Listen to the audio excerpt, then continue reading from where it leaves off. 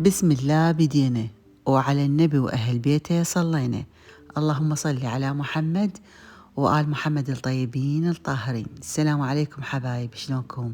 إن شاء الله بخير. أمسي عليكم وأقول يا مساء الخير يا عود ودخون. واليوم يا بنات حابة أشارككم روتيني البسيط، إن شاء الله يكون روتين تحفيزي.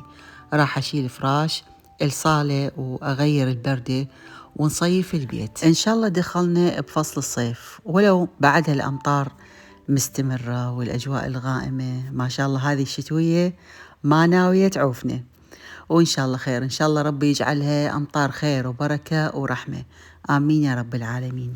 هنا عندي هذه البردة يا بنات، ما راح أغسلها، أنزلها أطبقها مثل ما تشوفون وأشيلها أكترها. شو وقت ما أحب أرجع أعلقها أغسلها وتكون بها شوية رطوبة خفيفة وأعلقها مباشرة. والله نظيفة يا بنات، يعني حتى تراب ما بيها، بس بعد قلت خلي أغيرها وأعلق البردة الثانية. وهنا يا حبايب طوينا الزولية وراح نشيلها. بعد خلص يا بنات أحسنها إنه كاتمة على نفسي، أحسنها إنه بعد صارت تقمت تخنق، إلا أطويها وأشيلنها. طبعا بداية الشتاء من نفرش الفراش الشتوي، هاي أنا بنظري، بعد يجوز الغير عادي عندهم يفرشون الزوالي شتاء صيف، عندهم حلو، عندهم كشخة ومرتب وكشخة البيت بفراشه. اي بس بالنسبة لي لا يا بنات، بعد خلص من تبدي تدفى الدنيا ويتغير الوقت لازم أشيل الزوالي. تقمة قلبي تخنقني أحس المكان ظلمة، عكس مما نفرشها بداية الشتاء. يعني بداية الشتاء تنطي جمالية، تنطي بهجة، تنطي دفو للمكان. بس هسه حاليا لا، بعد لازم وقت انه تنطوي وتنشال. هذا طبعي انا بعد يا بنات، لان خطية قبل كم يوم هم اجوا حماياتي وشافوني جاي هم اطوي الزوالي واشيلنها، فقالوا ليش حلوة ومنظرها حلوة ومرتبة المكان. قلت لهم بعد ما اقدر، انا اشوف انها يعني كاتمة على نفسي. قالوا بعد كيفك. أحب الصيف أفرش موكيتات تكون صغيرة وبسهولة تنشال، تنغسل، تتشمس ونرجعها لمكانها. اي والله يا بنات، واكو ناس لا والله يفضلون الفراش الشتوي حتى بالصيف، انه يقول لك حلو البيت مفروش، الزولية ترتب وتنظم المكان. وبعد كل من حسب طبعه. انا احب انه البيت يصير صيفي، وقت الصيف صيف، القاه حلوة باردة ومغسولة ونظيفة، البيبان تتفتح، الهواء وتيار الهواء يداور بالبيت. الله، يعني عندي هذه اللحظات بالدنيا كلها. وما أدري بعد، أحس الصيف صيف والشتاء شتاء، بعد ما أدري هواي قلت ما أدري. ها اي تأخرت عليكم، صار كم يوم ما منزله فيديو، بعد قلت اليوم ما بيها مجال أنزل فيديو حلو تحفيزي صيفي للبنات، لأن تعليقاتكم جاي توصل لي، مراسلاتكم فاطمة وينك، ليش مقطوعة أخبارك؟ بعد روحي والله أنا يا بنات هم مشتاقة لكم هواي هواي. اي والله، بس بعد ما أعرف شو الوقت يركض يا بنات، ماكو أنزل فيديو من ما أحس إلا صار لي 7 أيام على آخر فيديو نزلته صدق. يلا بنبونة قومي صوري فيديو. قلت أروح للعشار أشتري مفارش للتخم، عاجبني والله هسه نازلات هاي اللي تكون مقلمة، يكونن بوهيميات. وقلت أشتري موكيت بوهيمي حلو هيك يتوسط الصالة، والله بعدني لحد الآن ما رحت. فما أدري ليش أحس إنه عاجبني البوهيمي، وعاجبني أضيفه للصالة كوشات أو وجوه كوشات بوهيمي، الموكيت ومفرش القنفات. أضيف مفرش القنفات، هواي كتبولي فاطمة مثل ما عندكم جهال صغار والمن تفرشين بنات المفرش مرات نظيفة، مو على مود أحافظ على القنفات وعلى مود هواي مثل تطلع لي فيديوهات إنه مثل الأثاث إحنا جايبينه حتى نستمتع بيه، ليش نغطيه ونخفي جماليته؟ أولا إضافة المفرش تضيف جمالية، تضيف لمسة، بالعكس ما راح تخفي جماليته.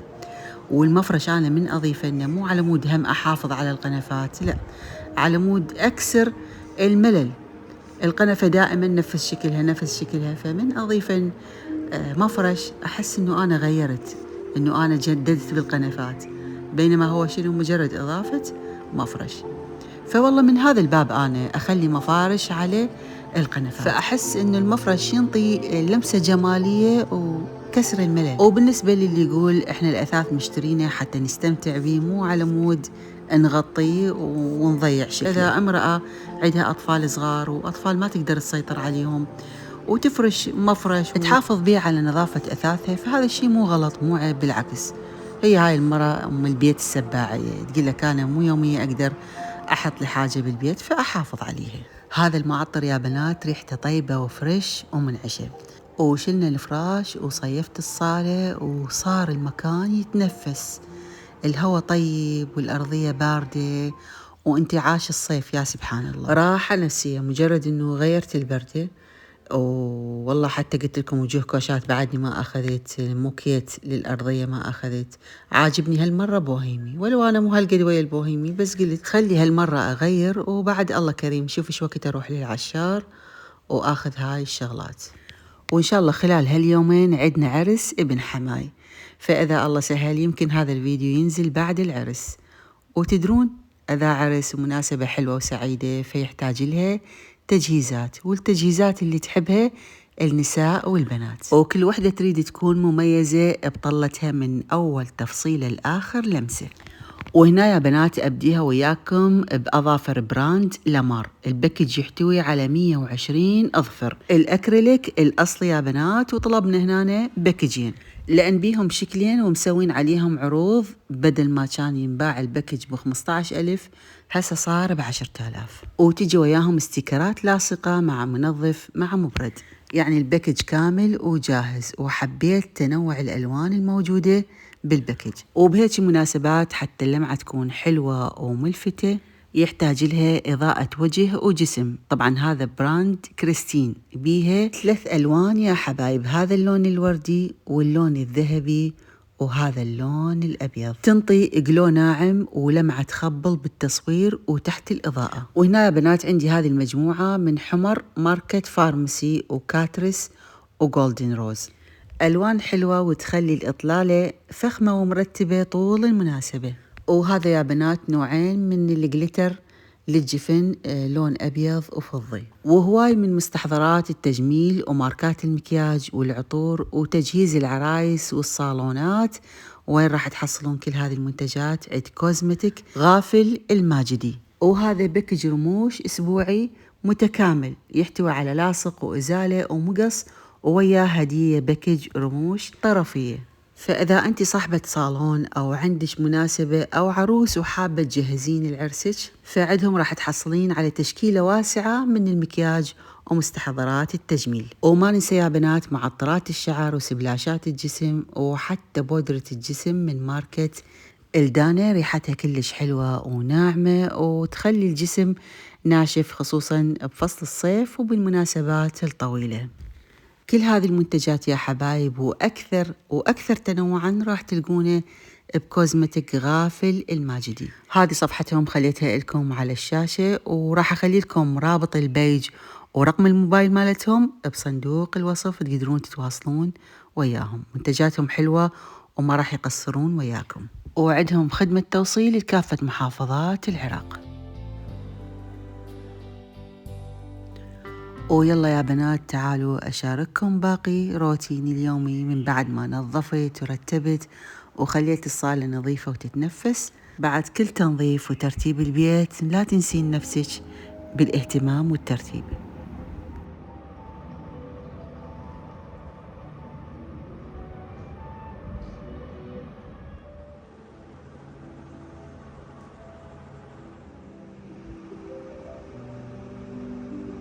ونسوي أجواء هادئة وبسيطة لأجواء اللي نحبها.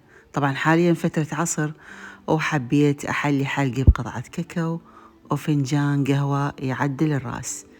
اي والله.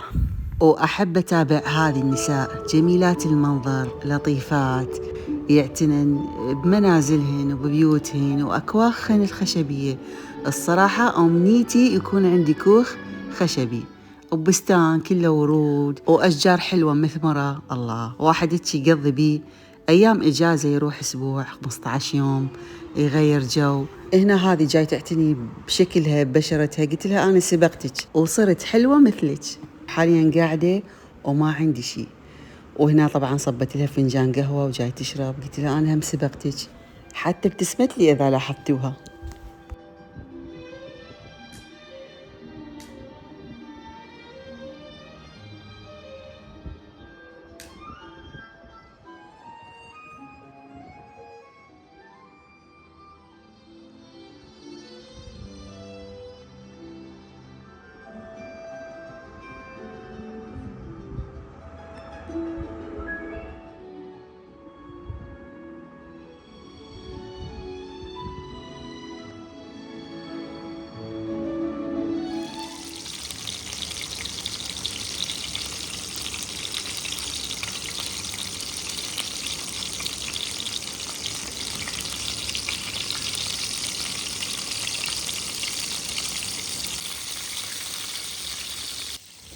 واليوم يا بنات حابة أطبخ وياكم مرقة الباذنجان، البعض يسميها مسقعة.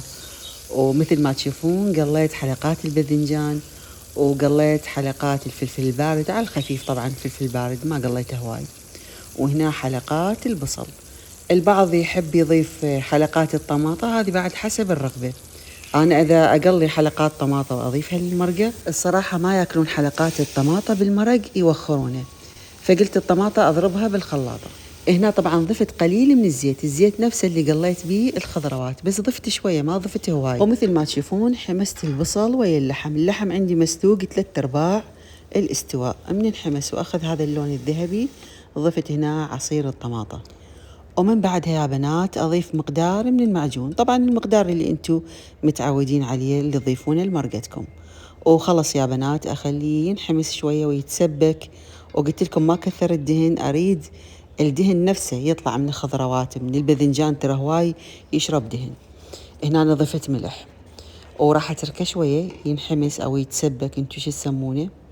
المهم مثل ما تشوفون هنا بديت بعد أضيف الخضروات، ضفت حلقات البصل، حلقات الفلفل البارد، وراح أضيف حلقات الباذنجان المقلية. هذه طريقتي يا حبايب، كتبوا لنا انتو طريقتكم شلونها، بس جربوها بهذه الطريقة يا بنات، والله العظيم الطعم فوق التقييم. هنا مثل ما تشوفون بنات ضفت الماي اللي سلقت بيه اللحم، ضروري إذا تسلقون اللحم تضيفون الماي مالته. وكل شيء عندي مستوي، بس أريدها يعني مثل ما نقول تذوب مع بعضها، وحلقات الباذنجان تصير حلقوم، وكل شيء مايع على بعضه. نغطيها ونخليها تطبخ. وهنا مثل ما تشوفون يا حبايب طبخت ووصلت للثخن المطلوب، وراح أهدر عليها النار وأعوفنها تتسبك وتختخ. هسه شنو التختخ ما أدري. طيبة وسهلة وسريعة يا بنات، وما أخذت وقت لأن عندي اللحم كان مسلوق شبه مستوي. وهنا بدينا نصب الغداء، أحلى فقرة تصبين غداء وتكفين الماعين من بعد الغداء وتقعدون ما عندكم شيء، اللي يروح ينام، اللي يشرب شاي، اللي عنده دراسة، اللي عنده طلعة، بعد خلص مثل ما تحسين روحك إنه أنجزتي. وهذه مرقتنا مثل ما تشوفون، هذا ثخنها وقوامها، وهذا الزيت اللي موجود بالمرقة هذا كله يا بنات الخضار أو الباذنجان اللي امتص الزيت أثناء القلي، كل هذا راح يطلعه بالمرق أثناء الطبخ. فأي شيء الصراحة بيه باذنجان قلي أقلل إضافة الزيت، أقول لأن خلص هو الزيت اللي امتص الباذنجان راح يطلع بالمرق. وهذا تبسينة لليوم، أو شو يسمونها، مسقعة أو مرقة باذنجان طيبة يا حبايب وتجنن، وتمنيتها قدام العزاز. الباذنجان والفلفل الأخضر والبصل صاير كله حلقوم، وما شاء الله عجبت كل العائلة، خاصة محبين الباذنجان راح يحبونها ويعشقونها. وتقدمونها ويا القاسم الله، خضرة، لبن، زلاطة. والله تعجزت أسوي وياها زلاطة، الزلاطة وياها تجنن. المهم يا حبايب اللي هنا انتهى فيديونا وياكم لهذا اليوم. إن شاء الله حبيتوا الفيديو، استمتعتوا بمشاهدته، ومع السلامة.